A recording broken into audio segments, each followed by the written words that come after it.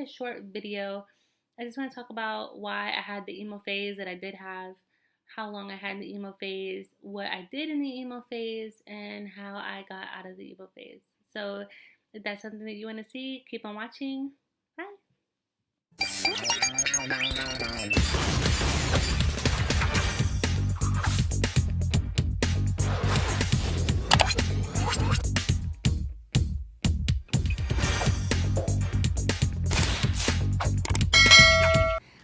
Where did I put the freaking notes? I don't know, I don't know.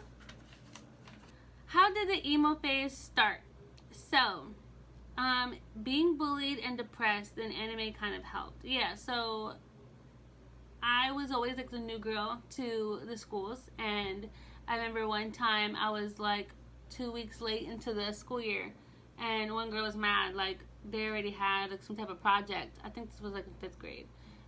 They had a project, and she was pissed. Like, why does she not get to do it, and we have to do it, or something like that? And it started from there. Like, who does she think she is? She doesn't have to do this project. And literally, it was my first day of school, and that's when the project was due. I started liking the style of it, and then I started like listening to the music, and then the music would put me in my feelings, and then I would realize that I connected to the music, and then I started getting bullied because it's like you started having this style, you don't have any friends, you're new, like just stuff like that. Like it was just really depressing, getting bullied and being like new to a school. It was just crazy. How long was I emo? How long was I in the emo phase? I was in the emo phase from 6th grade to 9th grade. 9th grade, it hit me hard. It hit me hard. Like ninth grade, I was like still kind of emo, but I went to Charter High School of Architecture and Design in Philadelphia, downtown. So in Chad, I met a lot of friends. Not a lot of friends, but like I met a lot of people that I still talk to this day. Thank you, Facebook. And like Kiana and Chris and Paul and Holly and Lisa, Kelsey and Aaron, and I got into my first fight towards the end of the school year. Not my first fight, but my first high school fight. And you know, once you get into the school fight, it's kind of like, all right, you know what I'm saying? Like I wasn't getting bullied anymore. I stopped getting bullied in like 5th grade is when it got really bad, and then I just started like fighting in middle school. But I wasn't getting bullied like that in high school. I just was fed up, and you know, I don't have any problems with the girl or anything. But once you fight that first time, it kind of like, okay, you know, like people now know of you and hear of you more, and it just makes it a little easier, honestly, because they're gonna like not try to bully you because they heard about you. You know what I'm saying? Like, oh yeah, I know about her. She's crazy. Like she did this and she did that. Like crazy. So it got easier for me in 9th grade. And then 9th grade, I started realizing that I have no reason to carry on and be upset the people that I'm upset with and be depressed for the reasons that I'm depressed. And I started dating and stuff like that. And you know, it's awkward when you're like away and then you meet the boyfriend's family, and then they're looking at you like, why do you dress like that? You know, stuff like that. Especially because I was dating like a Puerto Rican boy. I'm Puerto Rican and Dominican, but I was dating it was like the only Puerto Rican I ever dated, and his family was like, you know, they like to look nice, they like to dress nice, and I look like a weirdo. Okay, so I feel like the girl from the comfy couch.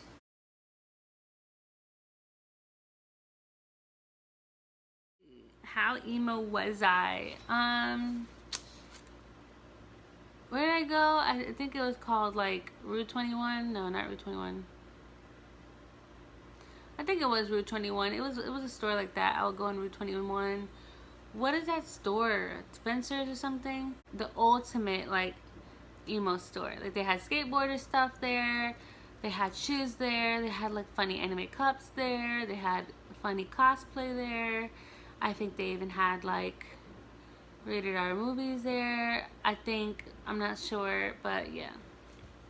I would go in there and get the stuff for your hand that has like the lace stuff. I'm gonna like put a picture, but the stuff on your hands that has like the lace stuff, I would get that. I would cover my complete eye, like completely half my eye was covered. It was crazy. And then, or I would get bangs, and the bangs would be like right here, like right there.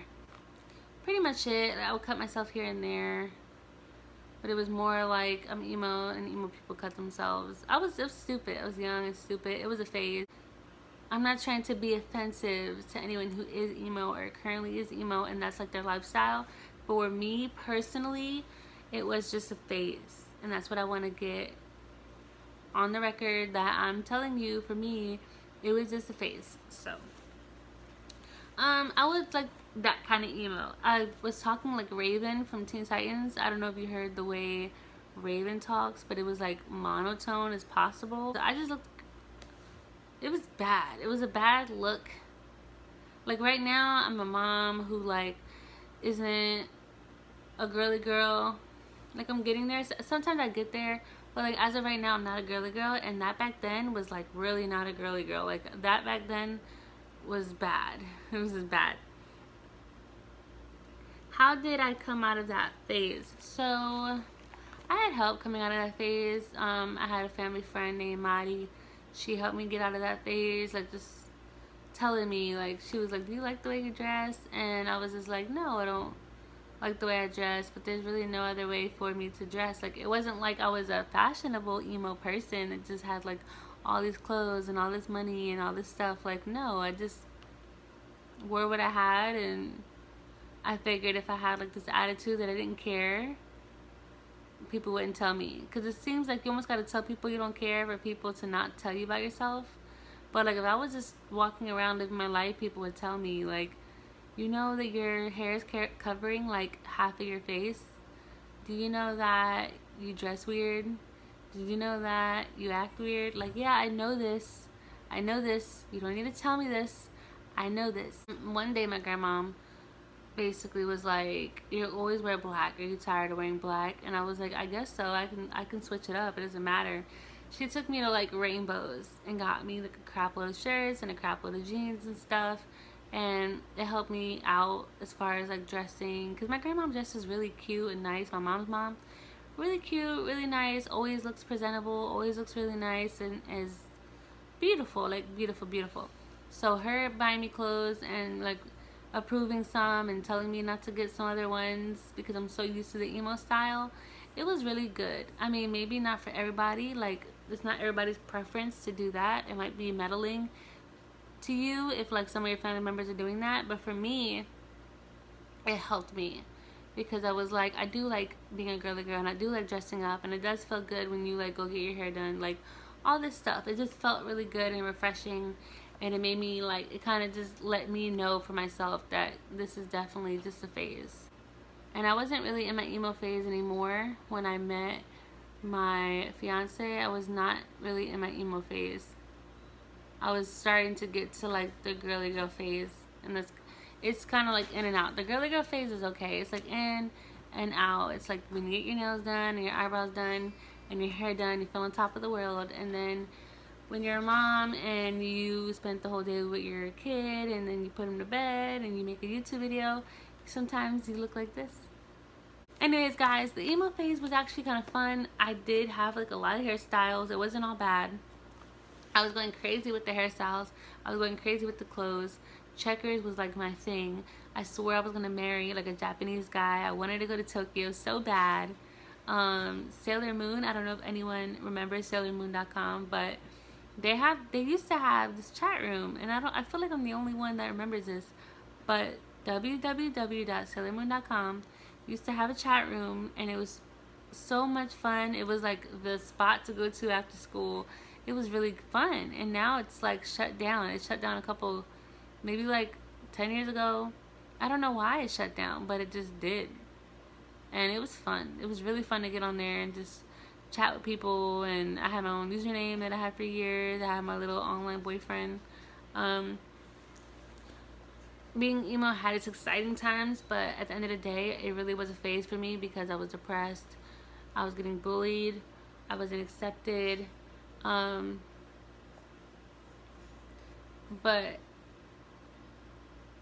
it was also it wasn't so bad. It just was a phase.